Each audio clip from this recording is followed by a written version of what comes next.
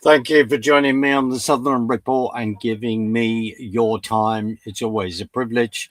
Thank you. Please like, press the bell, share all our work. It is much appreciated. And as you will see, there's a banner down below, dialogues.org.uk, which I do with my dear friend Nathan Barnard. So check that website out as well. Now, I'm going in a very different direction, but a direction that I passionately believe in. So I'm going to welcome on my next guest, which is Mr. Philip Bell of Creation Ministries International, UK and Europe. Philip is the chief executive, and he's also a friend of mine. And that's how the recommendation has happened. And it's always good when we get those kind of personal recommendations.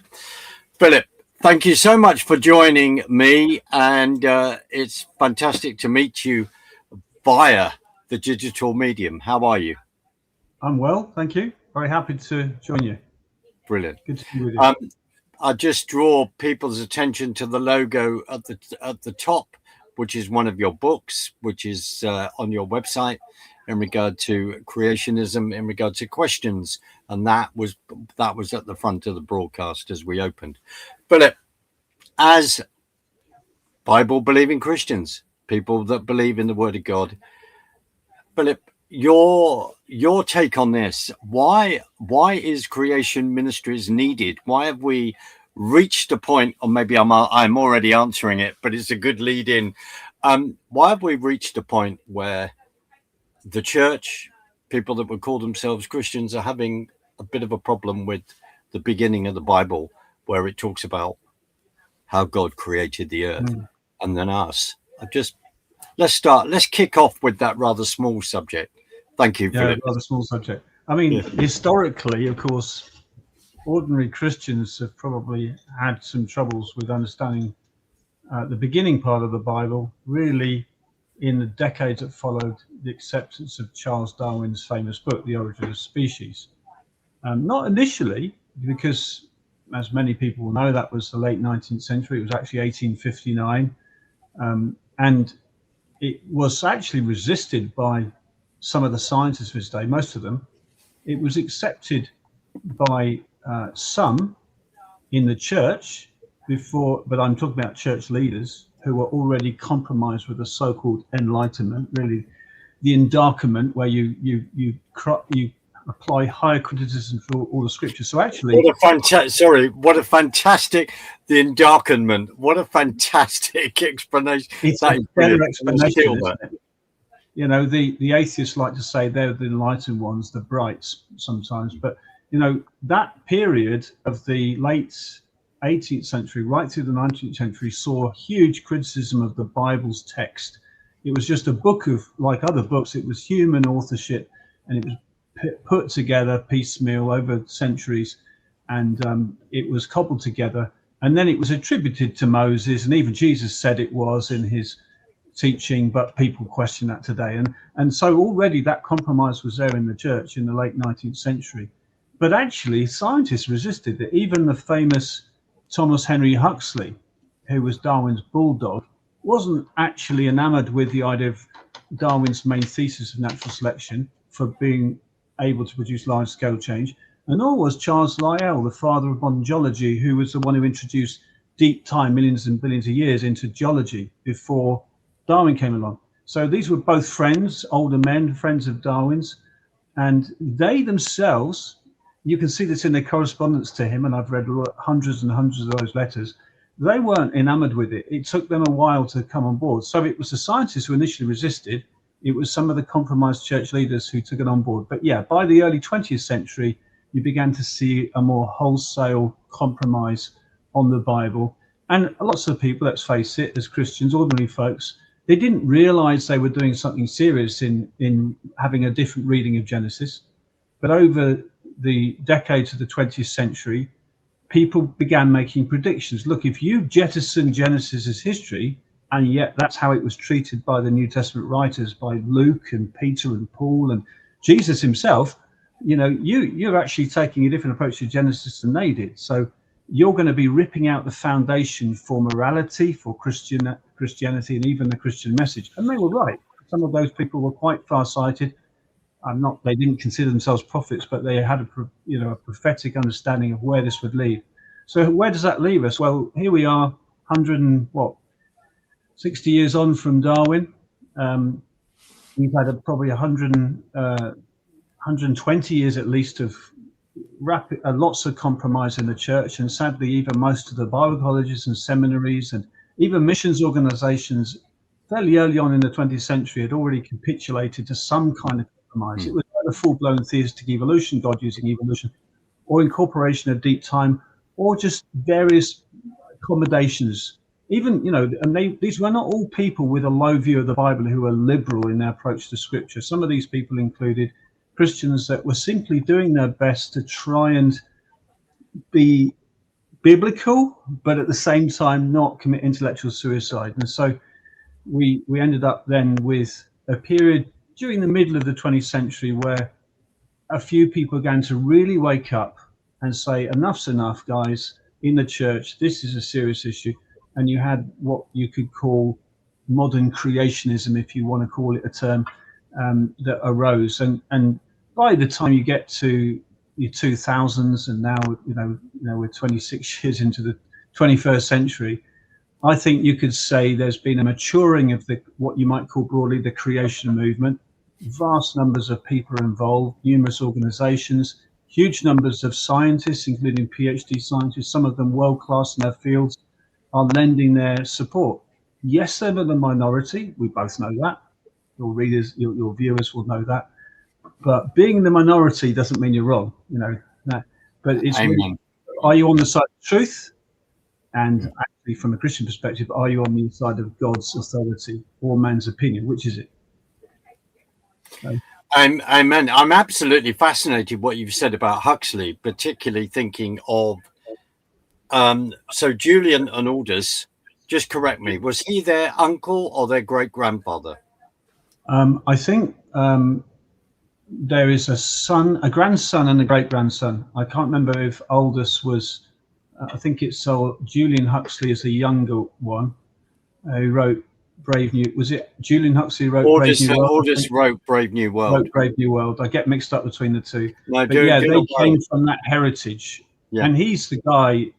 Everybody knows the word agnostic, which is supposed to define a person who sits on the fence when it comes to belief or faith of any kind. You can't know, or you don't know, so you don't make it. And it's meant to be the sort of sensible middle ground. Well, that word agnostic was coined by Thomas Henry Huxley. He was the one who invented it, because he was never an atheist in the real sense. Darwin would never said he was an atheist. He actually was happy to use Huxley's term agnostic to best describe his view. It doesn't really matter whether you're agnostic or atheist or anything else. If you're not believing, if you're rejecting the Bible's revelation, you're rejecting the God of Scripture, then you're wrong.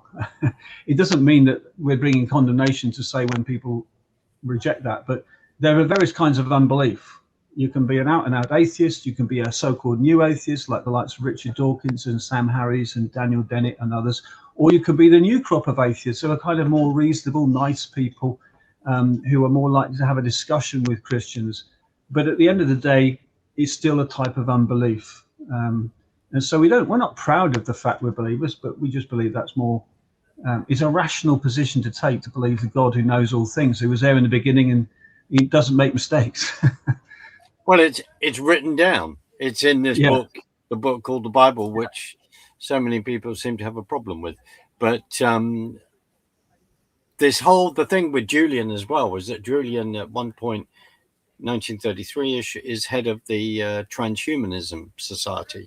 So people need to well, follow the eugenics. He was Yeah, the yeah. eugenics movement back then, wasn't it? Yeah, Yep, that's and right. all of that, and that has huge ramifications, I believe, in regard to the political ideology. And then if you follow that through, and you look at the fact that we are wanting to put through assisted suicide legislation, it's going back and seeing where all the roots of this are spiritually, where all this comes from. That's why I personally find this fascinating.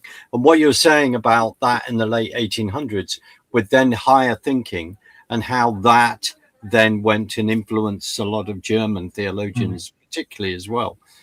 Yeah, and as you pointed out, that then had its feelers through into the 20th century, because the roots don't necessarily, if they're wrong, don't necessarily immediately produce bad fruit, but the bad fruit will follow, as you well know.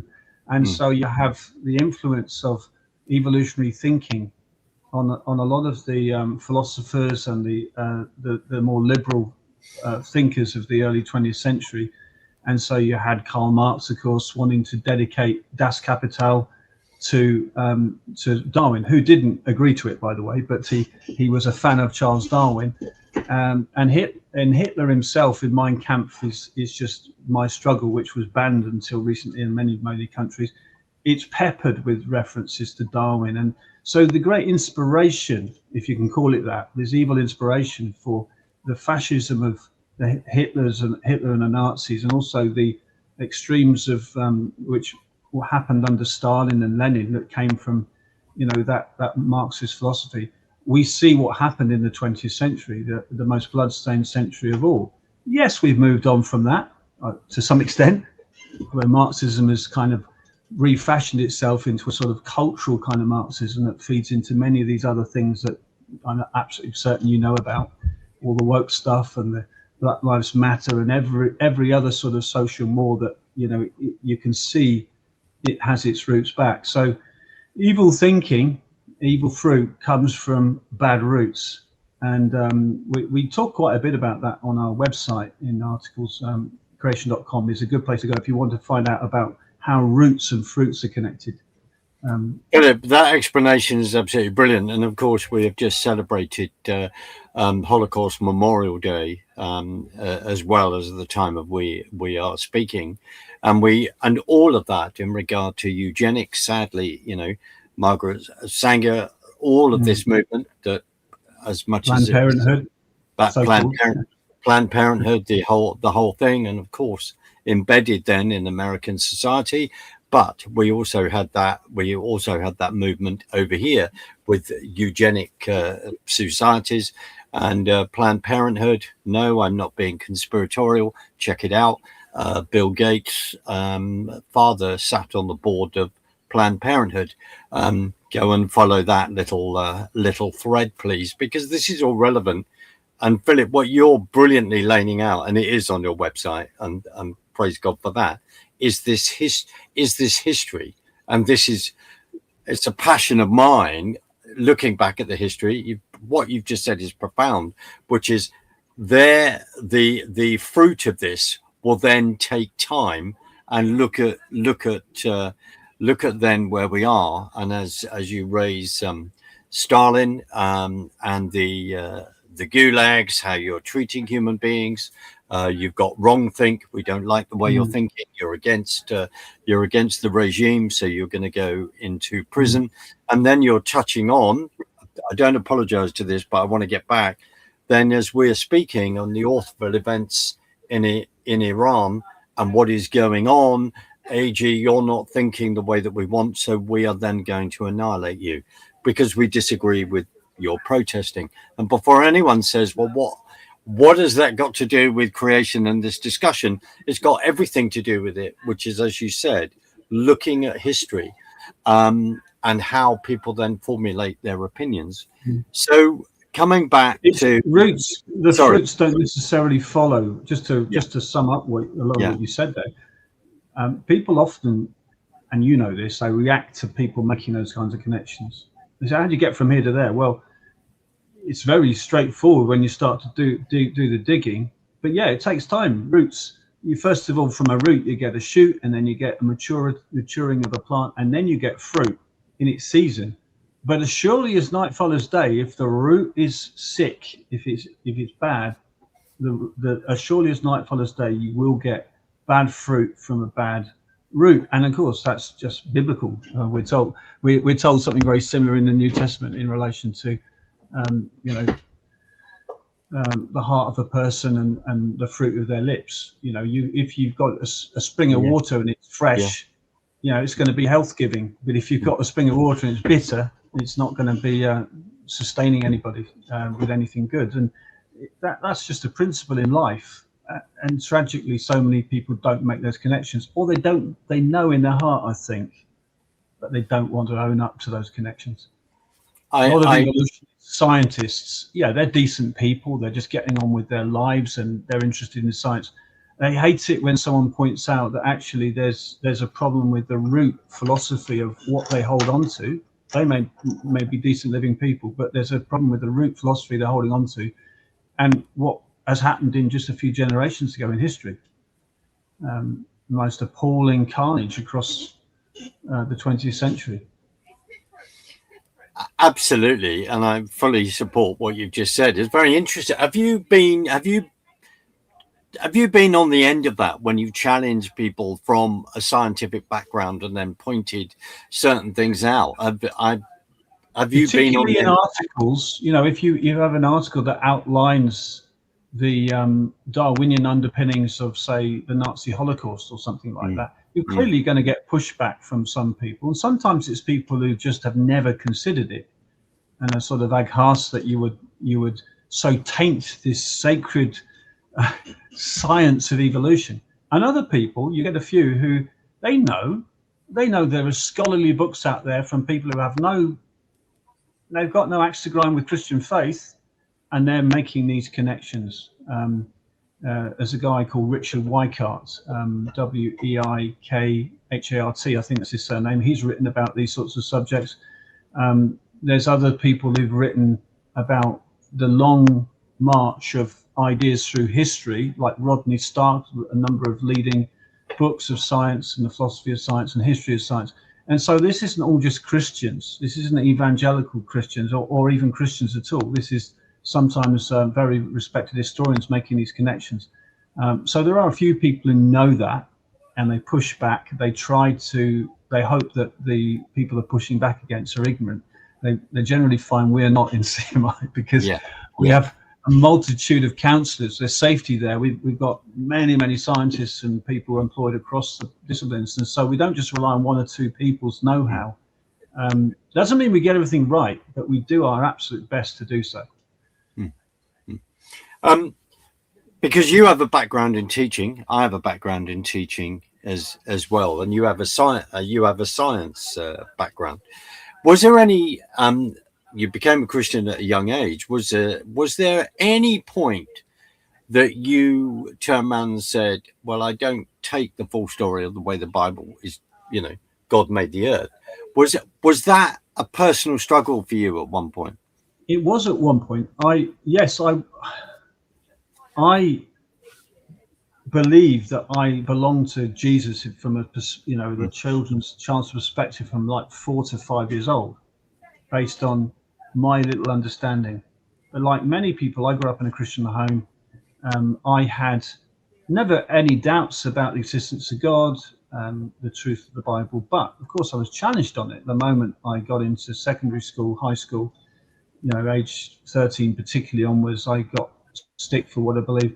The truth is, like actually quite a few kids, I had enough of a good grounding that I stuck to my guns, even though it was more just a loyalty to my parents' faith. I think that there's a great strength if you have something drilled into you from a young age. There is some people call that indoctrination. Well, indoctrination is only bad if it's bad stuff that you're being indoctrinated with. Indoctrination as a word is not bad in itself. So yes, I had that influence. I had good influences. But about the age of 17, when I started doing my A-levels, I had a really good set of biology teachers. One of them became a Christian and she was a brilliant teacher. I excelled in that subject. I went on to do it at university. She became a Christian, but she still taught the evolutionary view. And I kind of swallowed that without really much resistance, without really thinking it through, without really following on and seeing what consequences there would be for faith. I didn't really think about that at all. I just had these two, which I now realize are mutually contradictory ideas sitting in my skull, but I didn't allow them to interact. But then I got to university after a year out, and I was really looking forward to getting stuck into geology and zoology. And of course, those two subjects are absolutely soaked in evolution, deep time and millions of years all the way through.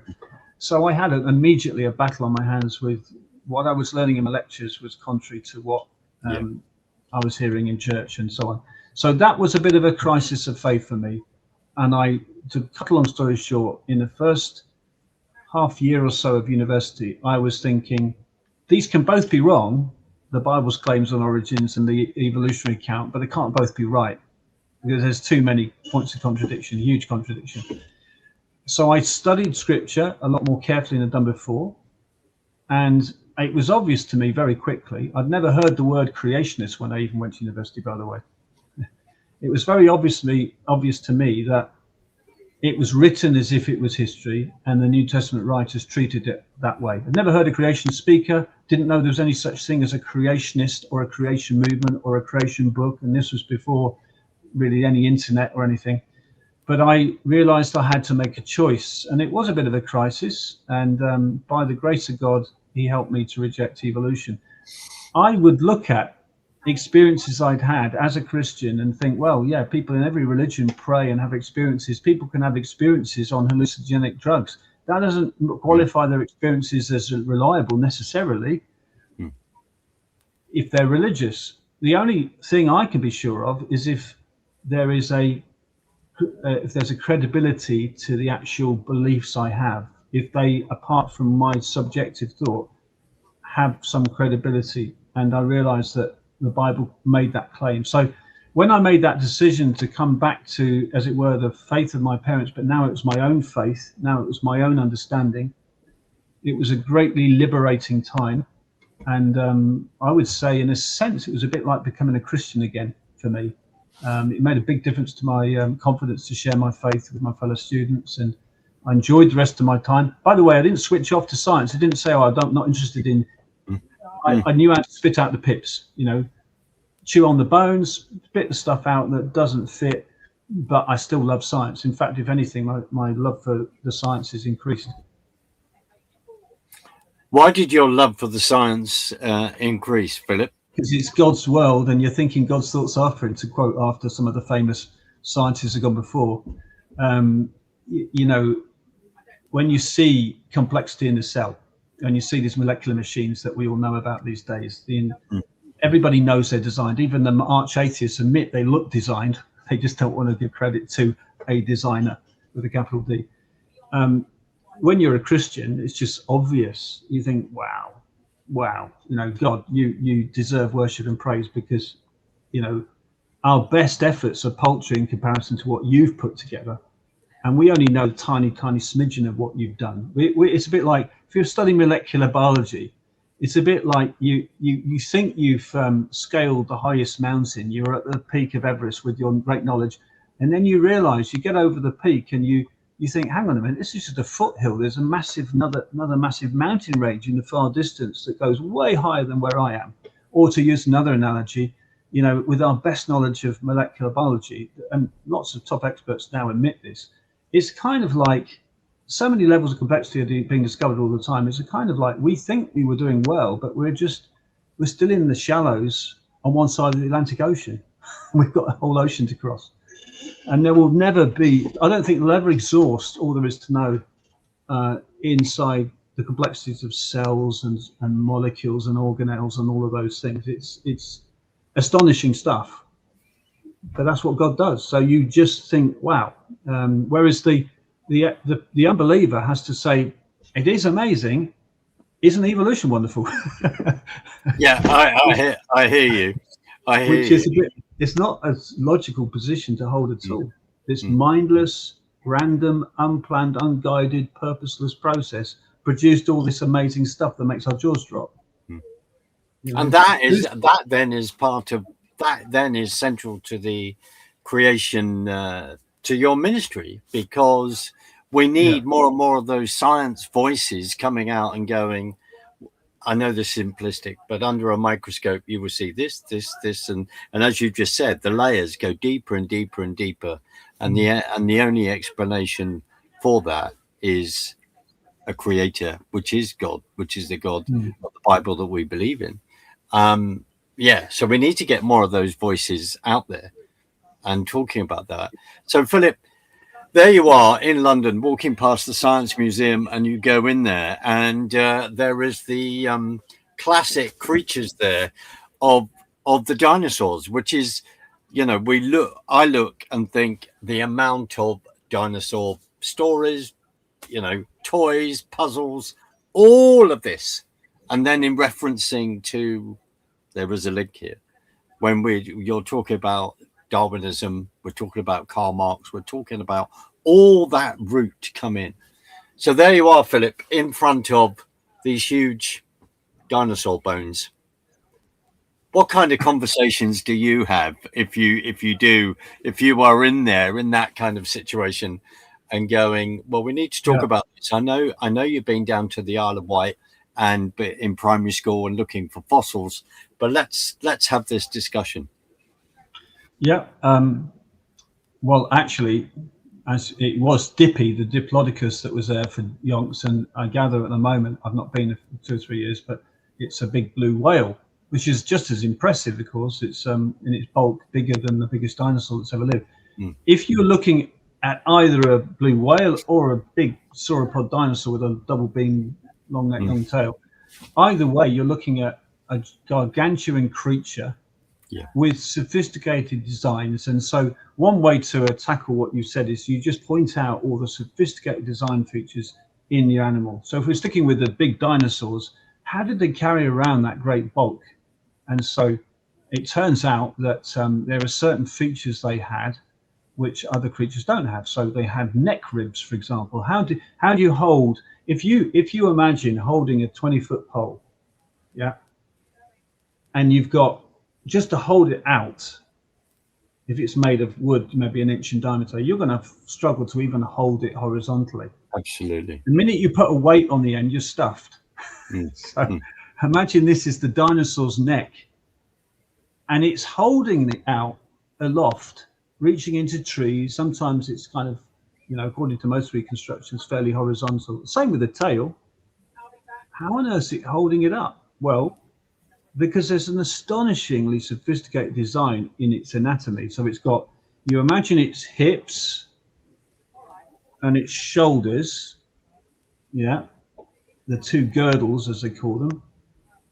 Between the two is a bit like a cantilever bridge. So you've got great big vertebrae between the hips and the shoulders, and then those continue think of it like a suspension bridge with those massive pylons.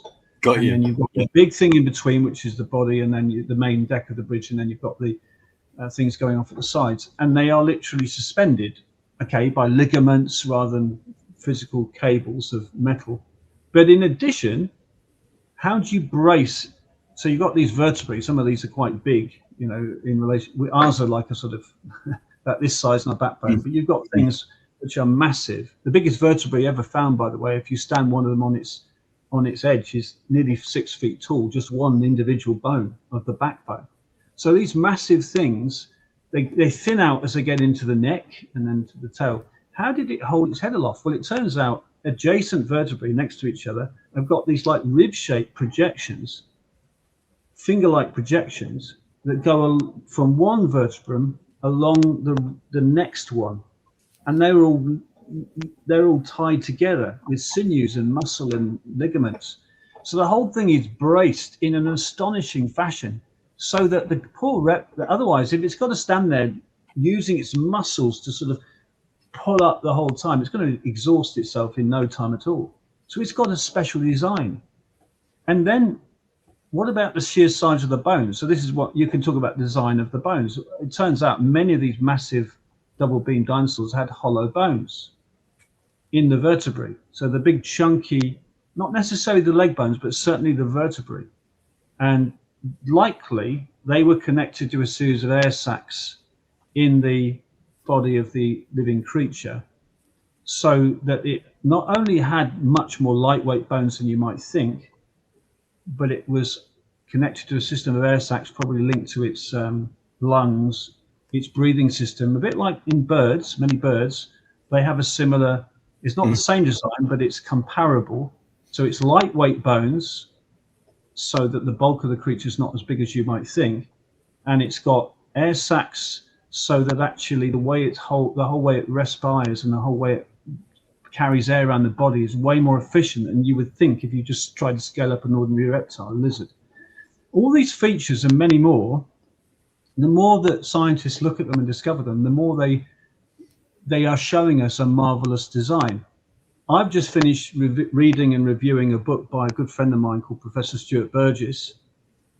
He's been the professor of mechanical engineering at Bristol University a long time, and he's a keen creationist. He's a heart and sleeve guy, and he's just finished a book called Ultimate Engineering, where he's looking at as a mechanical engineer. It's a book on human biology, but he's looking at all the parts of the body from the perspective of an engineer, an expert engineer, world-class engineer. You could do the same for any animal. You could do the same for the dinosaur, the blue whale. So one thing you can do when you stood with people in that front gallery of the museum is you can point out the astonishing, sophisticated designs. And it's not half cock.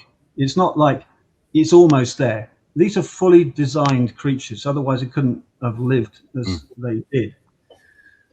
So that's one perspective. And it's a very valid perspective, because these aren't just good enough to do what they do. They're over-designed, they're over-engineered. We've got lots of body parts that you could do without, because there's a built-in redundancy in the human body. I mean, it's like having a flash car, you know. It's not flash these days to have electric windows and electric mirrors and all the rest of it. But back in the day when you had those features, they were kind of nice, weren't they? You didn't need them to drive the car, but they were like extra things that were nice to have. And animals and plants are full of such snazzy features that aren't essential for survival, but are brilliant over design, which gives you the idea of a marvelous creator. If something doesn't have a benefit to help you survive, it wouldn't be saved by natural selection according to Darwinian theory. So these extras that are just kind of nice, but don't really make a huge difference to your survival, there's no way they would have evolved. It's much harder to make the case for them having evolved. But our bodies are full of those sorts of features. And the same is true, it turns out, with dinosaurs. One of my pet subjects, because it woke me up to so many things, and I might put you on the spot, so it's fine. But when people have got a problem with creation, and then they have a problem with the book of Revelation, it means that, well, they can have a problem with anything and we'll just tear out pages of the Bible.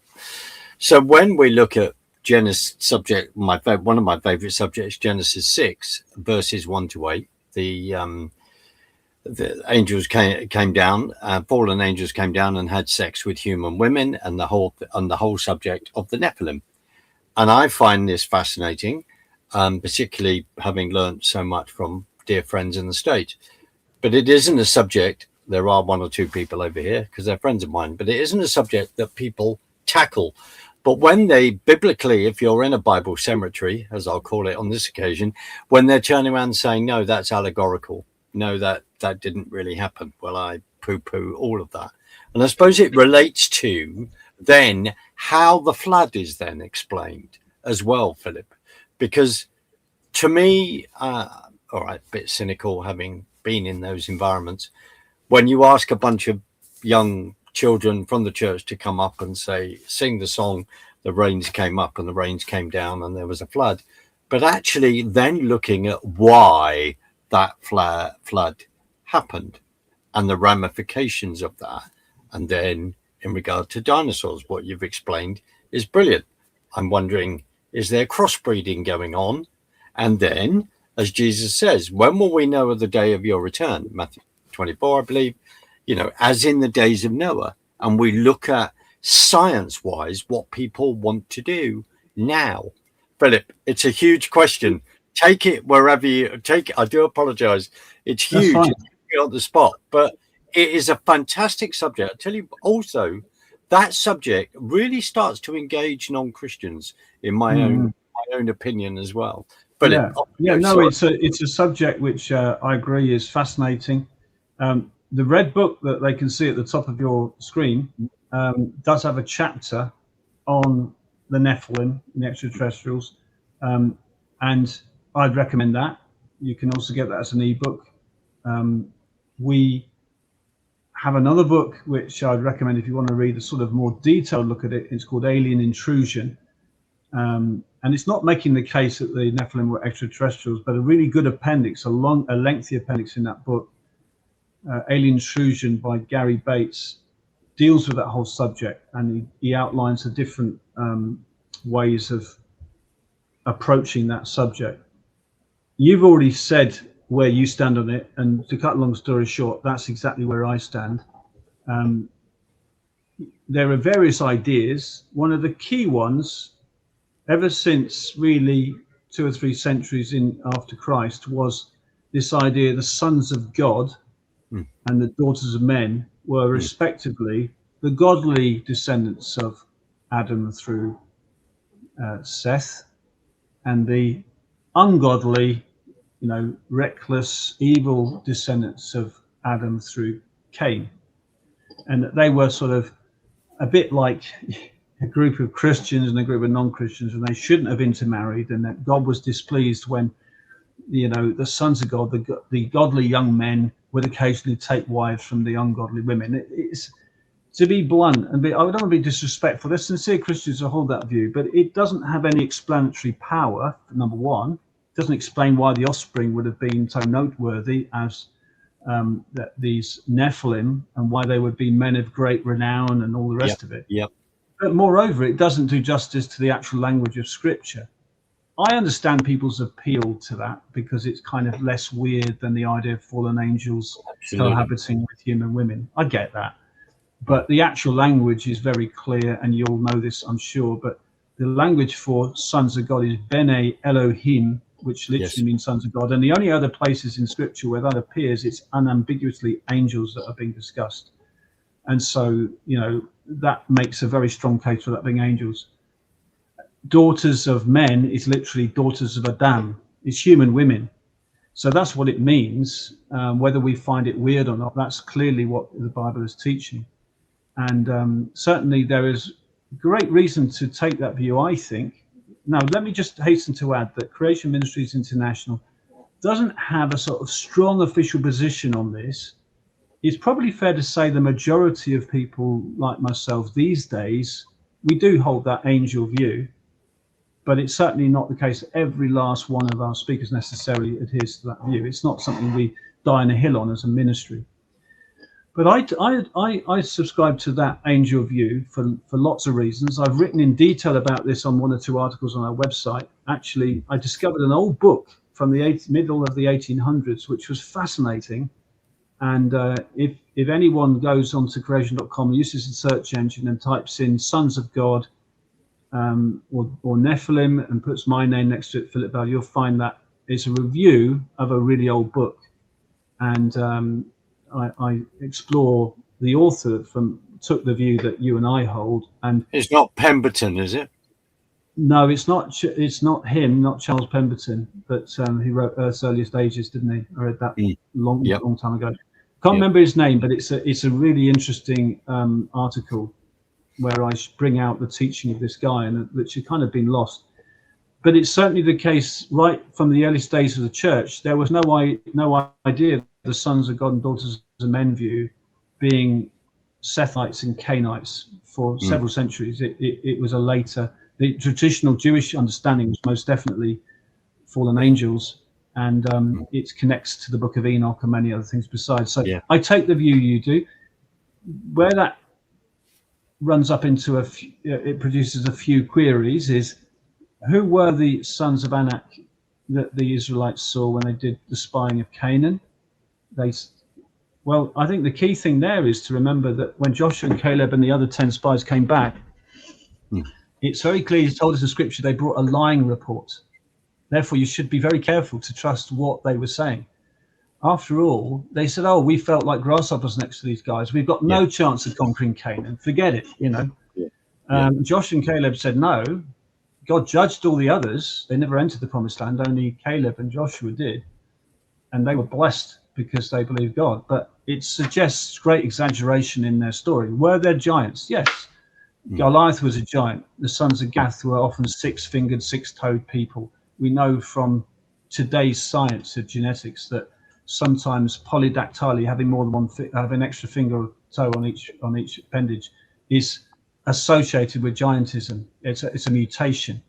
It's not an advantage. It's actually, such people are usually, got some other health issues.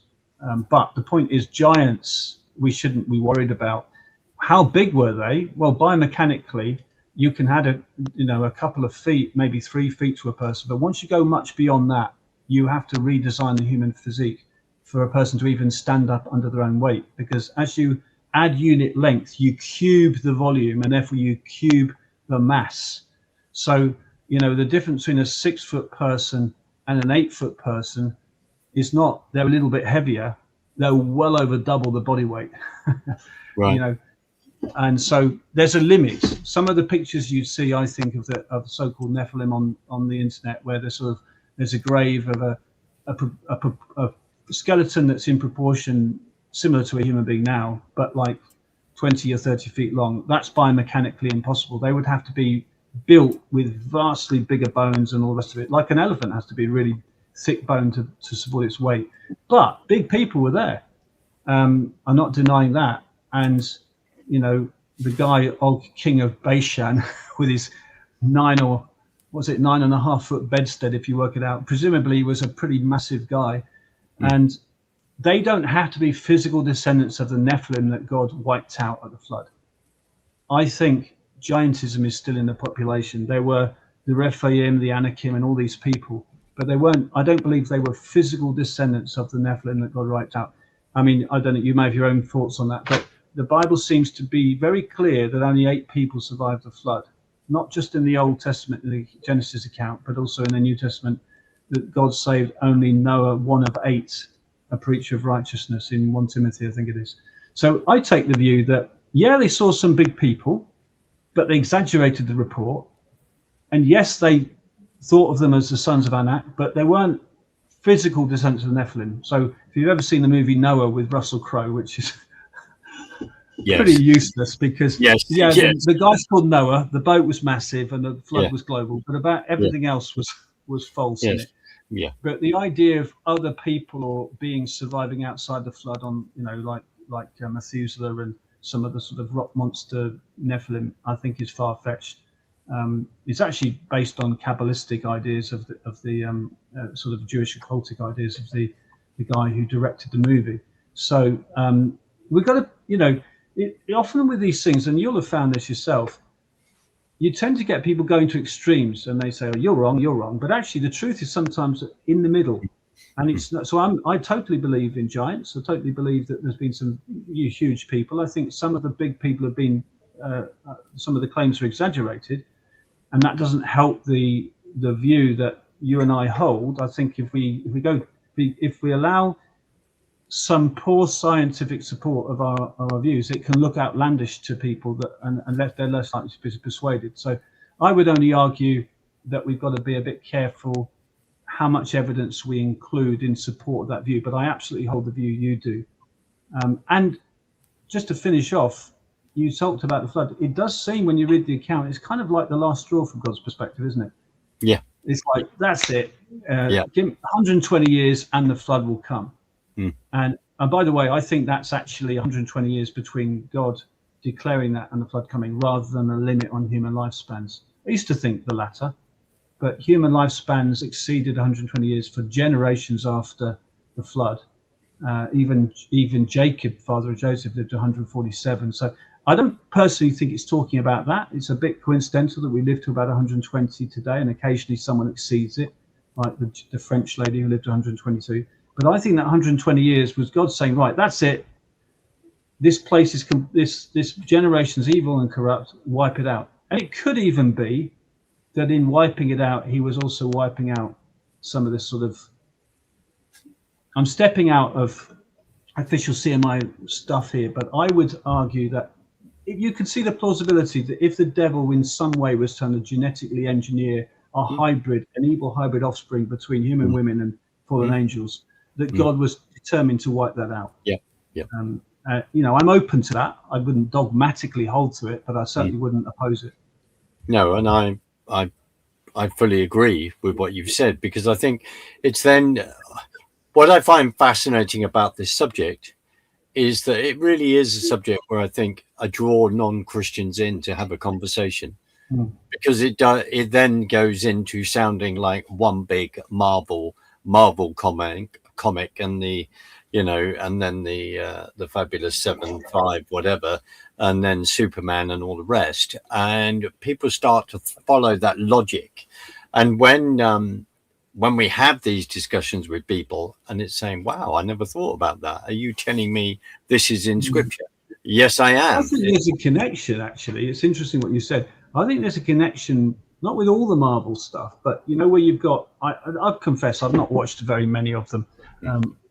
Probably I've just shown my age, but they're a bit of fun.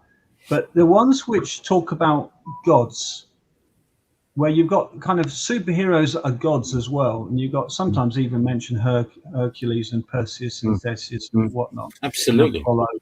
Yeah. These, to me, where did these stories come from? I remember my grandmother having a book of kids' stories, and I used to love it. You know, old-fashioned Victorian book full of those sorts of stories, Jason and the Argonauts and all of that. Where did these fascinating stories come from? Well, the men of great renown that are talked about in that passage in the first few verses of Genesis chapter 6, maybe a memory of that is what fed into the early post-flood populations as they migrated around the world, fed into their creation of all sorts of narratives and stories of the past. We know there are flood accounts. We know that they're corrupted versions of the biblical one. There are accounts of creatures that we today would call dinosaurs, as well as other relics and artworks that look like dinosaurs. And there are accounts of Babel, accounts of Athene, the fall, you know, and you get it even enshrined in some of the sort of things like Chinese writing, ancient stuff from those early chapters of Genesis. And what about the men of great renown? Well, we've got. What about Nimrod? Yes, that's right. Yeah. Nimrod as well. So I think it's very, very possible, you could even say likely, that these real stories from the ancient Greeks and so on had their inspiration back to actual events which people knew about and remembered from even the time of the flood. So yes, as you say, you can see why non-Christians are interested in it, because I think those kinds of films that a lot of the younger people particularly watch, those are probably some of the most popular films these days, aren't they? They seem to be making a lot of them. Absolutely, and they have done. But no, Philip, no, thank you for that. It's not about, oh, he's agreeing with me, because I can tell you now, in certain circles, particularly in the past, you have these views, and people think you're a complete and utter nutcase, which you're not. And it's a bit like, you know, Hosea 4 verse 6, I think, where it says, "My people are destroyed through lack of knowledge." Your ministry is trying to put over good knowledge, because it comes from a biblical standpoint, and you're pushing back at knowledge where people go, well, follow the science, and you're going, well, we are, but we're now questioning which direction of science you're going in. Here is our opinion. And I'm grateful for that. As we're coming towards the end, and Philip, thank you for an amazing conversation, and I really would love to do it again, if that's okay with you, because there's so much to explore. Right, where can people find Creation Ministries International, UK, Europe? Where can they find you? What other platforms are you on? Okay, well, my colleagues and I work out of an office in Leicester, on the edge of Leicester. But what we are serving the UK and the other countries in Europe. So That's one office. We're also based in the US, in Atlanta, in Ontario in Canada, down in South Africa, Brisbane, Australia, and also in Auckland, New Zealand. We've got a small office in Singapore. We all have the same vision, the same aims, the same kind of way of operating, and we share the same website, which is daily changing, and there's new content. We've just recently revamped it. We're still in the process of optimizing it for the new ways that websites work these days. You don't just have to optimize it with your search engines to find the things people are looking for, but you also have to optimize it for that little, if you're using Google, for example, you get the little AI that pops up. You do a search and the first thing you see is, and that's, you have to optimize. If you don't appear in that little answer there in the AI, you're stuffed. This is search engine optimization, but also SGO, which is to do with the AI thing. So we're doing our best to update everything and modify things so that people can find this information. But it's an easy to remember URL, creation.com, and people can obviously read a vast amount of stuff. There's thousands and thousands of articles in English. We've actually got content on the site in up to 50 languages other than English. Wow. Yeah, not the full content, but there's thousands of articles in other languages. So in a multicultural country like ours, if you want to reach someone who English is not their first language, you can always find, virtually always find something in their language. And that's great. So go and read the stuff. Probably more and more people now are getting their information by watching and listening rather than reading, certainly the younger generation. So we're all over social media. You can find us on, if you go onto creation.com, you scroll down, you'll be able to find the links to where we are on Instagram and YouTube and X. And I'm not a big social media user myself, but things like YouTube videos are very, very popular now. Even just what we call Creation Talk discussions like we're having, just a couple of people with a microphone. Yeah. It's astonishing to us the number of views that some of us get. But one or two of the first videos went viral, and 50-minute program had well over 1 million views. And you're thinking, really? I could speak my entire life and probably not reach that many people. And then we make shorts and a minute long, particularly for TikTok. Some of them have gone viral into the millions. So we're reaching lots and lots of, particularly the younger generation, but not solely. But whether you like to watch your information or listen to podcasts or watch podcasts, I mean, the beauty of a podcast like yours, you can watch it or you can probably download it and listen to it as you're driving, can't you? You don't have to. Yeah. And the same goes for a lot of the content we're generating. So, you know, loads to read, loads to watch. And yes, you can be old fashioned. I love books. You clearly do. You've got a bunch of books behind you. You can buy books. You can buy things that will not just be useful for you, but things you can pass on. I always think it's good to have 1 or 2 copies of that red book, because you can pass it on to somebody who comes around and they've got questions. Say, here's a book to dip into. I did that with a guy some years ago, and then he was a friend of one of my wife's friends. Next thing we knew, he was going to an Alpha course at church, had all his questions answered from that book, and wanted to be baptized. And people didn't even know he'd been converted. He'd been converted because he'd heard the gospel, and then that book, that red book, that Creation Answers book, had knocked down all his barriers. So having a few physical resources, it may be old-fashioned to some people, but it's good, because you can, those are things you can leave lying around when your mates come around. Yeah. Creation Magazine's another really good one. Creation Magazine's another really good one. That's coming up in 2028. That will be in its 50th year of publication. Wow. So, God's been good to us. But that's a full color magazine, runs to 56 pages, but there's no advertising. And that's a great thing to stick on a coffee table, have yourself a conversation with your hard nut Christian friends who still think you're crazy when it comes to creation, or your non-Christian friends. Leave it lying around when they're babysitting for you or something, and see what happens. Well, I think there's going to be more questions as events evolve over the next few years, very, very quickly, in my humble opinion. But thank you for what you've said about books. I say to people, go and build a library. There is quite a library here in front of me, but go and build a library, get the books, get loads of secondhand books. And there, you're absolutely right for the knowledge. Philip, I'm going to play us out, but I just want to thank you so much for joining me today. It's been a wonderful discussion that I definitely want to take on even more to discuss various subjects. AI is another. We might even play some segments from the Terminator. Who knows? But this is the reality in the world that we are living in, and subjects that we've got to tackle. So, Philip, thank you so much. I'll play us out, and I'll say goodbye to you over the other side. But thank you so much, sir. Pleasure. Thanks for having me.